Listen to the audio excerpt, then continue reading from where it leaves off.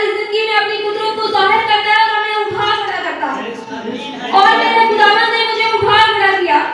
मैं तकरीबन बचपन से ही बीमार थी। मैंने कभी भी खुद को सेहतमंद महसूस नहीं किया था। इवन कि जब मैं बच्ची थी तो मैं कभी भी बच्चों के साथ मिलकर खेलती भी नहीं थी। मैं अकेली ही रहती थी, अकेली ही। और बहुत सारे लोग, जब कभी हम फैमिली में भी जमा होते थे तो फैमिली में लड़कियां बच्चे सब कहते हैं ना आओ खेले, तो मैं किसी के साथ नहीं मिलके खेलती थी। मैं अकेली ही रहती थी क्योंकि मैं बीमार थी। लेकिन इस बात को कोई भी नहीं समझता था। वो समझते थे कि ये ऐसे ही अकेली रहती है। कई लोगों का मूड होता है ना अकेले रहने का, तो ये ऐसी रहती है। लेकिन एक वक्त ऐसा आया जब मुझ पर बीमारी बहुत ज्यादा आ गई और मैंने अपने खुदावंद को पुकारा। मैंने खुदावंद से कहा, खुदावंद तू मौजूद का खुदा है। तेरे कलाम में लिखा है कि तू हमारा शाफी है, तो तू मुझे शिफा दे। मेरी जिंदगी में अपनी कुदरत को जाहिर कर ताकि मैं लोगों को बता सकूं कि मेरे शाफी यीशु ने मुझे शिफा दी है। और मैं इतनी बीमार हो गई कि मैं 3 महीने तक बिस्तर पर रही। मेरी टांगें बिल्कुल काम नहीं करती थी। मैं किसी को पकड़ के भी खड़ी नहीं हो सकती थी। मेरी टांगें ऐसे बिल्कुल ऐसे लटक गई थी।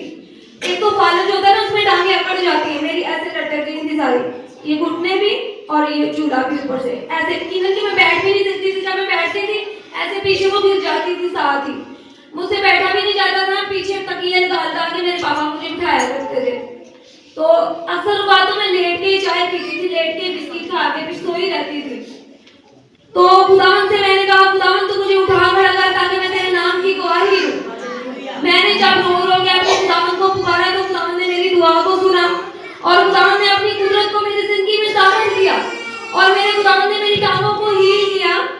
और एक दिन ऐसा हुआ कि मैं उठ के बैठने लगी। जब मैं उठ के बैठने लगी तो फिर मैं बैठने ही लगी थी, इसलिए मैंने बैठकर ही खुदावंद की खिदमत का काम करना शुरू कर दिया। जो ब्लेसिंग खुदावंद ने मेरी जिंदगी में रखी थी, मैंने बैठ के ही उसको लिखना शुरू किया। मैंने गीत लिखने शुरू किए, मसीह की शायरी लिखनी शुरू की, मसीह की नज़में लिखनी शुरू की। इससे पहले कि मैं उठ के चलती, मैंने उधर बैठकर ही बहुत सारी खिदमत को सरंजाम देना शुरू किया। और जब मैं चलना शुरू हुई तो मैंने जाकर सबसे पहले अपने यीशु के नाम की गवाही दी कि मेरे यीशु ने मुझे शिफा दी।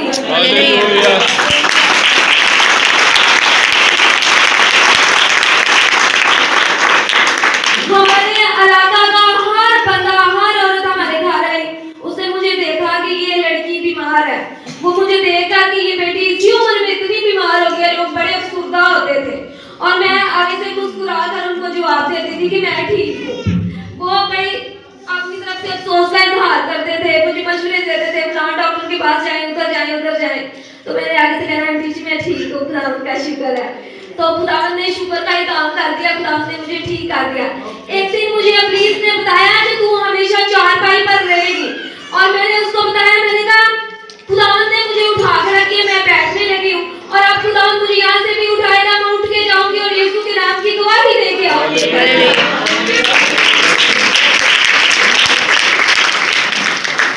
मेरी फैमिली के लोगों ने, मेरे मोहल्ले के लोगों ने, जो लोग मेरे लिए दुआएं करते थे, उन लोगों ने बड़ी कोशिश की कि मैं अस्पताल जाऊं। मुझे अस्पताल जाने के बड़े मशवरे दिए, ठीक है।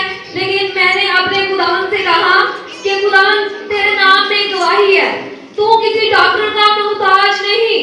तू इंसान को शिफा देने के लिए डॉक्टर की दवाई को मोहताज नहीं कि डॉक्टर के पास जाऊंगी तो तू मुझे शिफा देगा।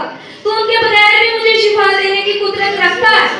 और मेरे खुदावंद ने, मैं अपने घर से पहले ही टांगों का इलाज कराने के लिए किसी डॉक्टर के पास नहीं गई और खुदावंद ने मुझे चारपाई से उठाया।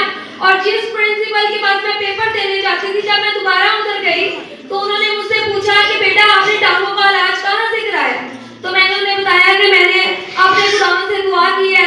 हमने अपने खातों से, जैसे आपके मौलवी साहब होते हैं, तो मैंने भी अपने पादरी लोगों से दुआ कराई और मेरे खुदावंद ने मुझे शिफा दी है। बहुत सारे खुदा के खादम हमारे घर आते रहे, मेरे लिए दुआ करते रहे। अभी से मुझे कहा तू सदा ऐसे ही चारपाई कर रहेगी। मैंने उसे बताया, मैंने कहा नहीं मैं यहाँ से उठकर यीशु के नाम की गवाही दूंगी। और खुदावंद ने मुझे वहाँ से उठाया। फिर खुदावंद ने मुझे चिल्ड्रन मिनिस्ट्री के लिए उठा खड़ा किया। फिर खुदावंद ने मुझे वुमेन मिनिस्ट्री के लिए इस्तेमाल किया। और मेरे बाप की खिदमत जो थी वो इर्द गिर्द के इलाकों में, छोटे छोटे देहातों में खिदमत थी, जहाँ पर मैं साथ संडे स्कूल भी चलाती थी, मीटिंग भी लीड करती थी। और अब मैंने एक नई जगह पर नई खिदमत का आगाज किया और मैं खुदावंद की शुक्रगुजारी करती हूँ कि खुदावंद मुझे जोरावर तरीके से इस्तेमाल कर रहा है। हालेलुया। और डॉक्टर ने मुझे कहा था आपको पित्ते में पथरी है, इसका ऑपरेशन करा ले। तो मैंने पित्ते का ऑपरेशन कराने की बजाय मैं दुआ कराने चली गई थी। तो उधर जब दुआ कराने के लिए गई तो उधर एक और बाजी थी, उसका छोटा सा बेटा था, उसको बड़ी दर्द होती थी। मैंने उसे कहा लाओ मैं इसको इंजेक्शन लगाती हूँ। मुझे कहती तुझे दर्द हो रही है तो तुम भी लगा ले। मैं कहा नहीं मैं ठीक है, हम छाड़ के आएंगे, मैं नहीं होने। तो फिर मैंने उस बेटे को, वो तो बड़ा चीख रहा था, उसको तो मैंने लगा दिया। लेकिन मैं पूरा हफ्ता उधर चर्च में रही दुआ कराने के लिए और मैंने कोई इंजेक्शन नहीं लगाया, कोई दवाई नहीं खाई। और आज 4-5 साल हो गए हैं, पित्ते की पथरी को पता भी नहीं है कि नहीं है। और अभी मैं आपके सामने थोड़ी सी अपनी मसीही शायरी आपको सुनाना चाहूंगी। मेरा YouTube चैनल है जीसस लाइव टीवी, उस चैनल को सब्सक्राइब भी करें और यकीनन आप बरकत पाएंगे। सूली सूली ते यीशु मोहब्बत बखाई के नहीं, सूली ते यीशु मोहब्बत बखाई ए पिछड़ी जान सोने रब ना मलाई। सूली ते वे हुण मलाप करा दिता ए पापी रब ना मला दिता। सूली तो बगैर कोई ना चारा सी, सूली तो बगैर कोई ना चारा सी, रब दे पुत पीता ए प्याला सी। ओ सूली चढ़िया वेखो साडे लिए मरिया, कौन? यीशु।